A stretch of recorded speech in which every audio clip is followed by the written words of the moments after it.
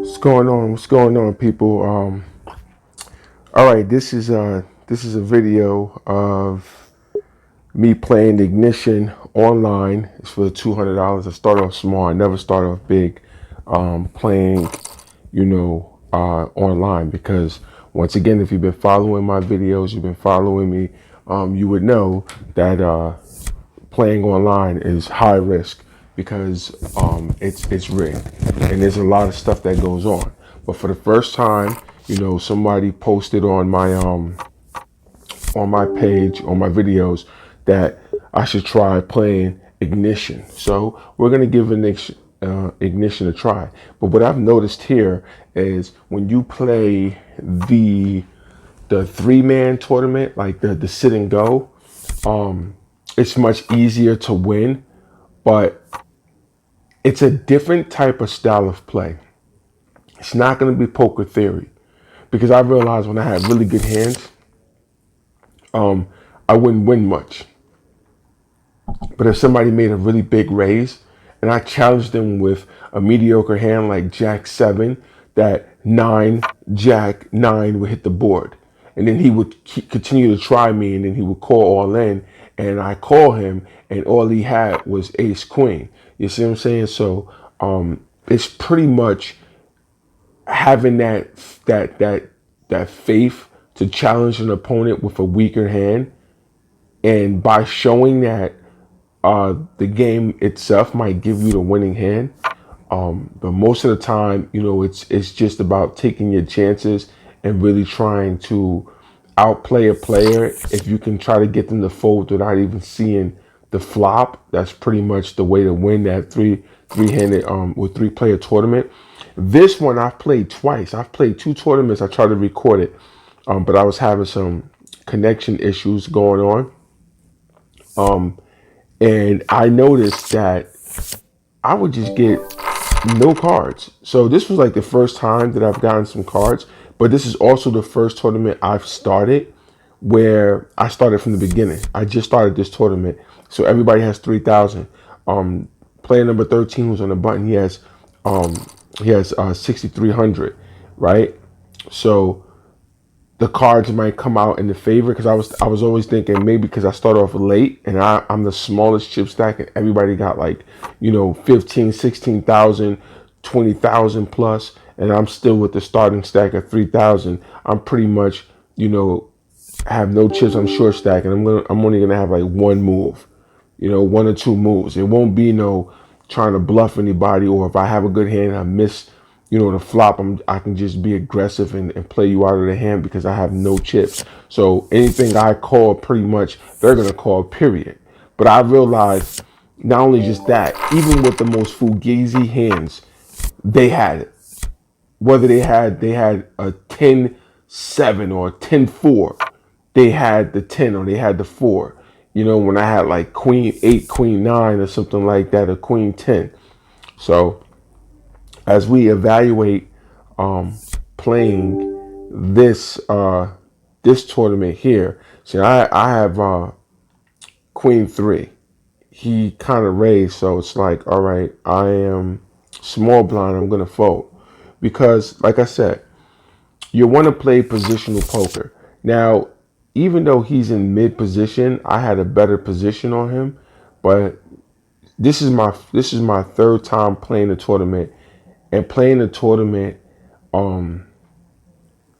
at the beginning of the tournament. So this is going to be different for me. So I have to evaluate the players as well, because sometimes you can go far in these tournaments if you just outplay the players. Because it's similar to when you're playing against dealers who co-stack the deck and they always give certain players the best hands. Just because you have the best starting hand does not guarantee you the win, but it gives you a huge edge against the other players. If you're constantly getting, aces, kings, queens, jacks, or, the dealer decides to give you a pair of jacks, but he'll deal somebody, ace jack, or deal somebody ace 10 suited. You know what I mean? Like they can co-stack the deck that way. And if so, you have that advantage against that player. Now, the only thing he can't control is the outcome of the flop and the turn in the river. So if you're a really solid player, you can pretty much get it in with a good pre-flop bet. And if that flop misses your opponent, you can push all in and take down that initial bet plus the blinds. You see what I'm saying? So there's different ways of attacking. So once again, getting a read on these players is probably going to be the best thing when starting out on a new online site and you're first to deal with the players. Now it's on me, so I am going to call because I'm on a button and it's only 20.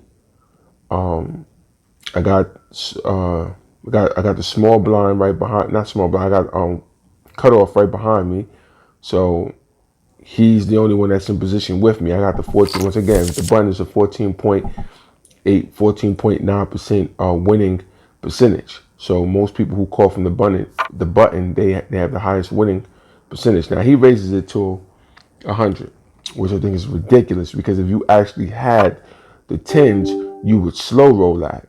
You wouldn't just jump out like that. Now, if you have the jacks, you might want to get a nice little call. So I'm going to fold and see where this goes. So now I had the backdoor straight draw. So, that's interesting that card will come up. It normally happens that way too. When you fold, you start seeing your hand form, but it never made it. A full house is actually on the board, and it can go both ways. Somebody can have tens over kings, somebody can have kings over tens. But let's see where this goes. He calls all in, so he puts him to the test. He could have the 10, or he could have the jack, and the other dude had, a pretty good hand. It wasn't, but wasn't good enough to win. So it's obvious he didn't have what he was representing, which I said from the beginning. I thought that was kind of, thought it was suspicious. You're not, if you got tens and you got trips, there isn't no flush on the board yet. There's no flush, so it's you're at an advantage. You're pretty much going to slow roll that. You know what I mean, and see if somebody else jump out the window on it. I mean, but he wanted to try to make some profit off of it, but $100 bet was kind of high at this point. So they switched tables. And you got to remember, they do this now. When they see that you have a different kind of playing style, you don't really get aggressive, or you don't really bite on a bait, as they say. They're going to turn around and put you at another table that, these players might have a more methodical type of playing style. So, but then again, there might be some fishes on that board too. I mean, some fishes at the table where they would try to bluff you and try to snatch down a pot, and you actually have the nuts, so you can capitalize and get your chip stack up. But we're gonna see how this goes. I'm not quite sure how many players is in this one, but I'm pretty sure there's a lot of players. But I just want to thank all of you who subscribed to my channel, and I ask again to please subscribe. All you have to do is just click that subscribe button, click like. You can comment it if you see my videos. I have a lot of comments. There's a lot of players and a lot of people who comment, on my videos and on my channel. And like I said, if you have material, you have anything that you want me to investigate, post videos, and speak more and just expose it, I got my email there. It's CoreyTalkBusiness@gmail.com. Like I said, you can always hit me up, and I will investigate. I will get all the information I can, and I will make a video and I will put it out there. I don't care who it is. Like basically, I am the voice for sincere, true poker players. I am the voice against scam and shady play because I really hate that. I really do. I'm against it 24/7, and I feel like that it's already tough enough that the game has a lot of bad beats in it.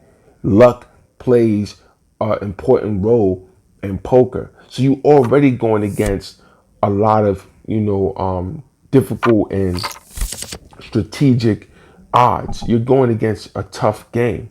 You don't need people to be cheating you and scamming you and taking money from you. Like, come on, really?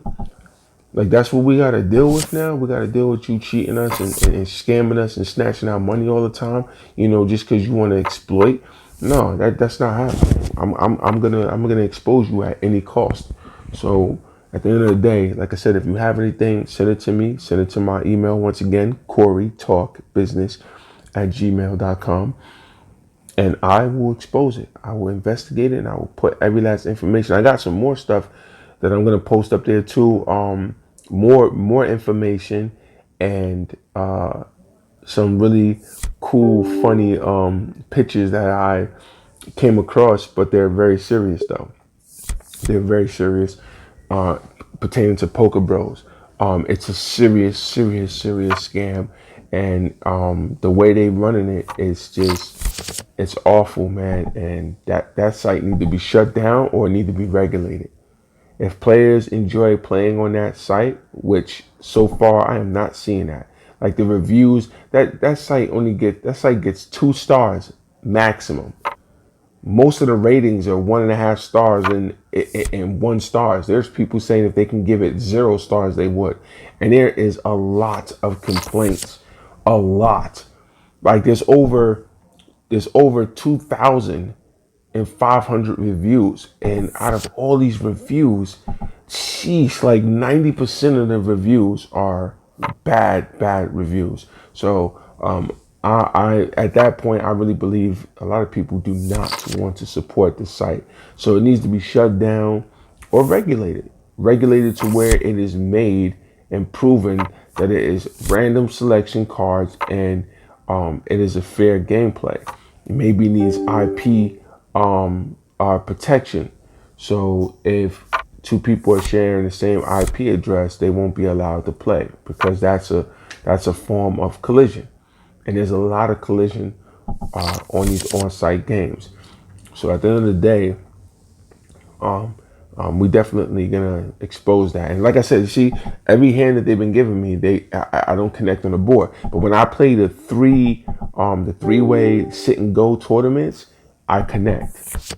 I have cards. You know what I mean? Like I hit on the board. But since I've been playing, and I'm like 13 minutes in, I've gotten this same hand, King Queen, twice maybe, and there's nothing. It doesn't hit the board. Now it's possible. Well, the first time I think I had got the straight from the 9, King to the 9 down, but it's possible a 10 might drop. It is possible. So he bets the pot. He bets the pot, and chasing a straight and a flush on a river is extremely unadvisable. That's all I can say to you. If you're playing professional poker and you're a really good player, you wouldn't take that chance, even if you hit it. But you wouldn't take that chance. So far, the blinds are very small. I have a lot of chips still. There's a lot of opportunities to get a good hand and take down some pots. So in poker, I learned through experience that being very patient, being patient and clear-headed is the winning formula. Emotions are not permitted in the game. Now, people do play emotions, but I'm gonna tell you, poker is logic. Poker is all logic, no emotion. The only emotions you want to show is after you done won the hand. If you won the hand, okay, you can get excited, you can celebrate, you can talk a little bit, but it's all about logic when you're playing poker. You have to analyze everything, be in position, and just know what you're facing. See, I'm gonna play positional poker because once again, position poker is the best way of playing. If you're out of position, you're blind, especially under the gun. You don't know what's coming, and you're the first to act. So unless you have a really strong hand, like aces, kings, queens, jacks, tens, ace king, sometimes ace queen, ace jack. I still wouldn't take chances with ace jack under the gun because that's usually the type of hand that you get caught out there and lose to a strong pair. You know what I mean? Like a pair of tens or a pair of nines, and you just completely miss the board and you don't get an ace or a jack. So at the end of the day, I play positional poker and stay out of, those type of situations. But being patient and just, analyzing everything is the best way to go. So, I mean, this is a kind of decent hand that they've given me since I've been playing. But ace eight, I wouldn't hold your breath on that, especially in early position. That is to me, that's a bad hand to play in early position. So, and granted, even though $200 is not a lot of money, but I've been playing the long game when it comes down to online poker. And as you see here, they give me two pair because I folded. Had I called that hand, it would have been a different story. And I'm realizing this tremendously because you know how I put this theory to work and show and was able to show that it's true. Some of you players might experience this, or a lot of you players would experience this when you play, right? You play a big hand. Let's say you get dealt ace king or ace queen, right? And you battle over the hand and you lose. You don't hit anything and you have to fold, or you're called on your bluff bets and the player had you beat, right? And then the next two hands or three hands, the hands you folded, they came out big on the board. And you're like, wow. You know what I mean? So they do this to me every time when I play online. They do that to me, right? And also, I'm gonna call that for 1 second. I'm gonna call that because it's two eights and a deuce, and there was a slight raise. So now I have to slow down because he could have been playing the flush draw, and he actually hit. So and now he's gonna throw a crazy bet out there, and I just think that's trouble.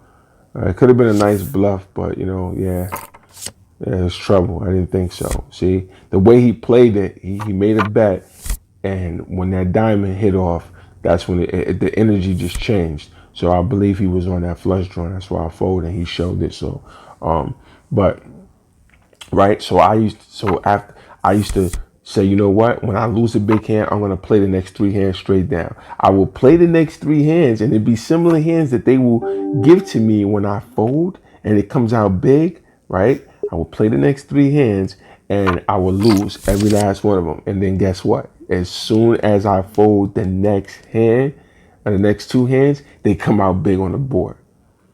So I realized that the kind of setup that they have on these online sites is they have a instigating, provoking type style of play in the game where they try to provoke you and instigate you and disrupt your focus in the game by showing you that you folding your hands was going to be the big hands that'll come out on the board. When in reality, if you would have played those hands, you would have just lost more.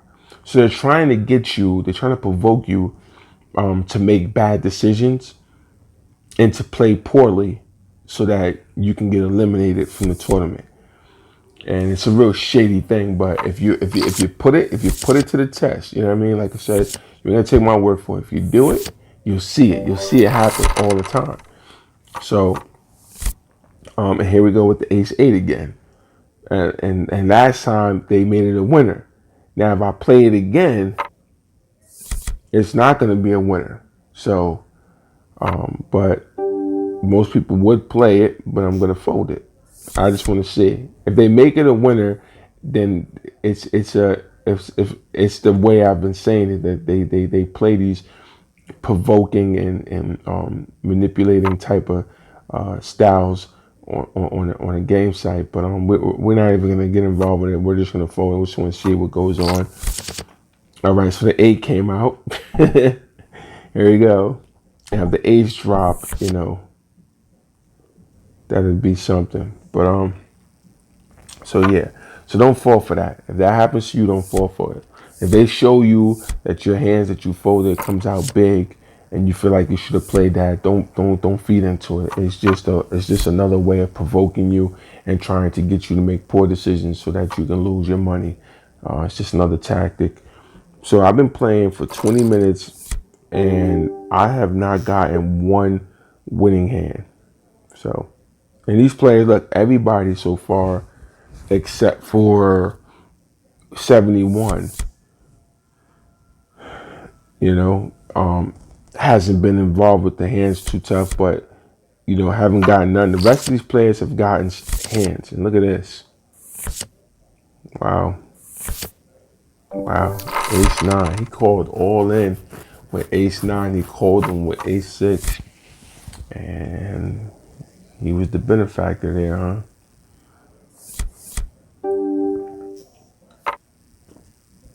King queen, terrible hand. So, to me, Ignition is no different from any of these online game sites. So, to me, I feel like they all take you for a ride. But we see what happens here. Let's see if anybody gonna, get crazy. So he raises 120 to give the call, another 10. So now I could be losing against trips. Okay, so I got the full house. So it's the first real hand that I've actually won. And he checks it. He doesn't go crazy. But I will throw a bet of 120.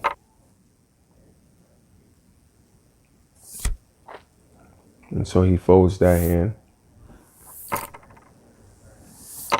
So that was the first hand that I was actually able to win. Not bad.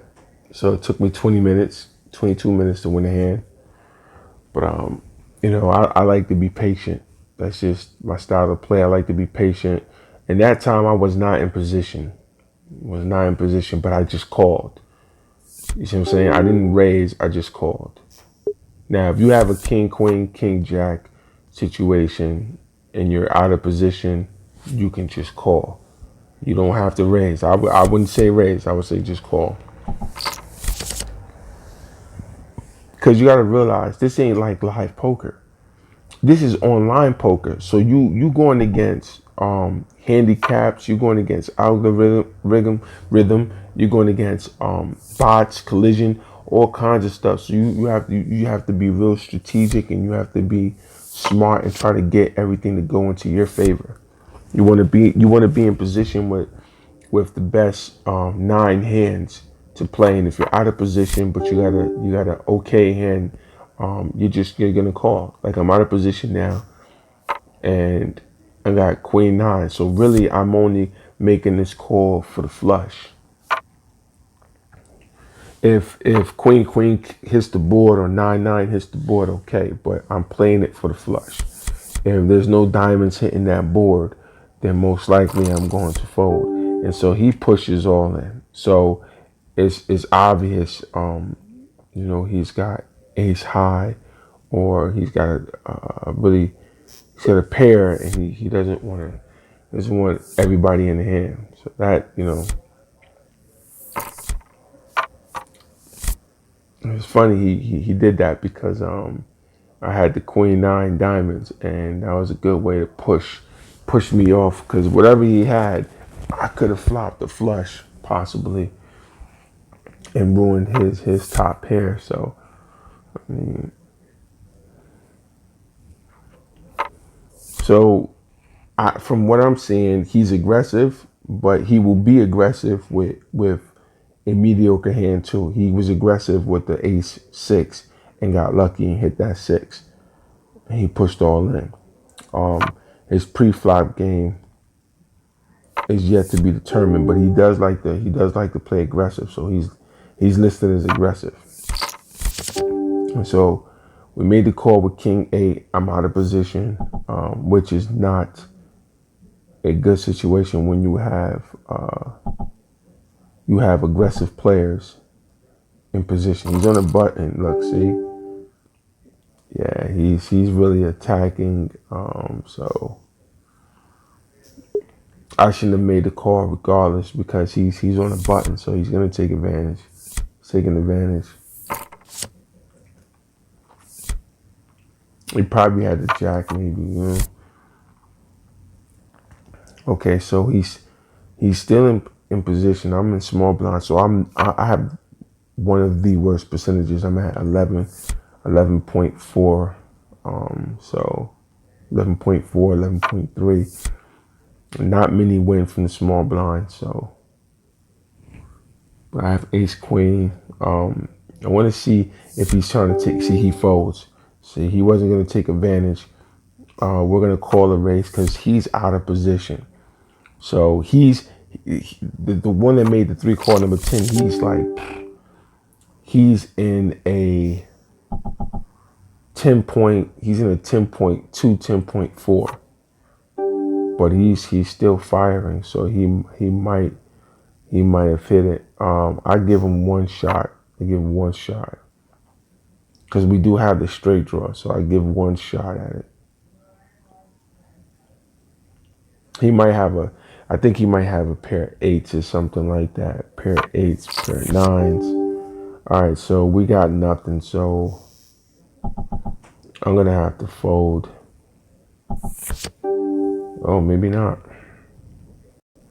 Well, we're gonna check. We hit the ace, so we're gonna see what is gonna be done from the situation. And we win. And there it is. So I believe he had like a pair of eights or something, pair of sevens, pair of nines, and he was getting aggressive trying to take it down. But because I had the straight draw, it was worth calling it. I have equity there, and it's worth calling it to see how it would play out. He raises, he's in position. We're gonna leave it alone. I'm on a button, but King 4 is just not the type of hand that I want to be in with somebody who is aggressive with him and unpredictable with his hand selection.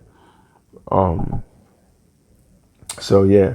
So at the end of the day, it was worth the call. I hit the ace on the river. I was able to take down that pot because now he knows most likely there's a problem. Somebody got something higher than his hand. He can't barrel because if he shoots an all in or he shoots a high raise, he know he's going to get called with that ace. So, and pretty much when you make a high raise of 360 pre-flop and somebody calls you, most likely they are holding an ace, at least an ace in the hand. So these are just the probabilities. It's not all the time. Somebody's gonna have an ace. They might call you with pocket tens or jacks. It's possible. But from the small blind, if somebody calls you, they have a strong hand because you're raising pretty high and you're out of position. But you're going against the small blind. See, that's another thing. When you're in mid position and you're going against somebody at small blind, you are at a disadvantage, period. The small blind is in a better percentage than you is because all mid position players are at the worst percentages, period. So unless you have a strong hand, you shouldn't even challenge the small blind. You definitely shouldn't challenge the big blind unless you've been watching these players and you see they have a tendency of folding a lot on the blinds. Then they're not really going to defend the blind, so you might have a chance of snatching down the blind. But I just exhibit that I'm a type of player that will defend on a blind. And if I get a hand on a blind, I'm definitely going to defend. So that's gonna put these players, that's gonna make these players respect me more on the blind, especially if I call you. So far, 39 has slowed down a little bit because he's been losing. He hasn't been winning. So he's pushing all in. See what I'm saying? But he's like that. This would have been nice to call 79, 79 hearts. That would have been nice to play if I could have just got in. But that's automatically a fold. But I'm in position though. I could make that call. But I wouldn't put my tournament life on the line like that just because. See, my thing is, it doesn't matter if you're playing for $100 or you're playing for 1,000. You should always play your best game, regardless. So I play my best game every time. I could be playing for $1. I'm gonna play my best game because to me, it's all about being the best. That's just what I feel. That's my desire. That's my dream, to be one of the greatest and best poker players the world has ever seen. And with that dream comes a lot of ups and downs, a lot of bad beats, a lot of experience. But through it all, that's what makes you the great. So to me, patience is the key. So what we seeing right here is this is a aggressive table. And you notice they moved me from the one table and they moved me to this table. And these players are aggressive, and they're aggressive and reckless. Some of them were strategic though. Some were strategic. So, and they pretty much have. I know they have an indication of me that I'm a tight player. So a tight player is a shark. So you're gonna be very you're gonna fold all the trash hands, but you're gonna be very aggressive, you know, or very solid on your betting or your calling with strong hands.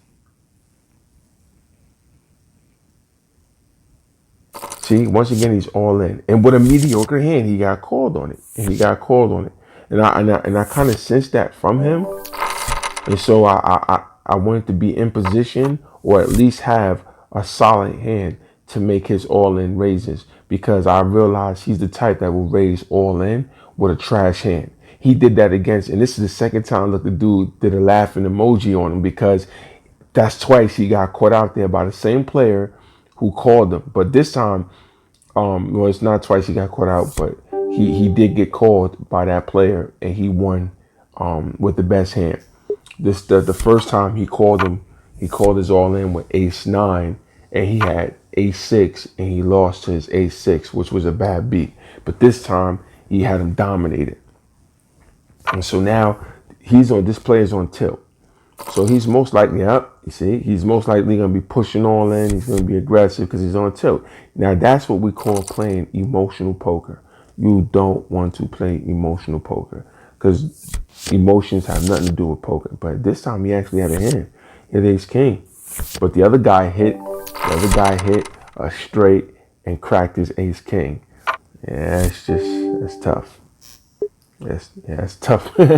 That's a tough way to go. Had he not been so aggressive, he would have still been in the tournament. He would have had chips, and he would have stood a better chance if he had called all in and had a good hand.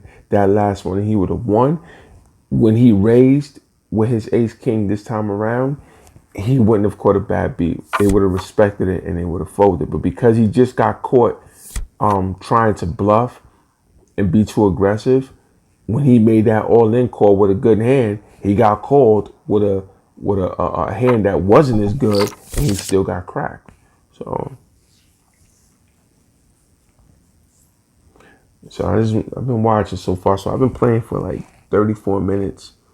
I've only won one big hand, but I still have the average amount of chips as everybody else.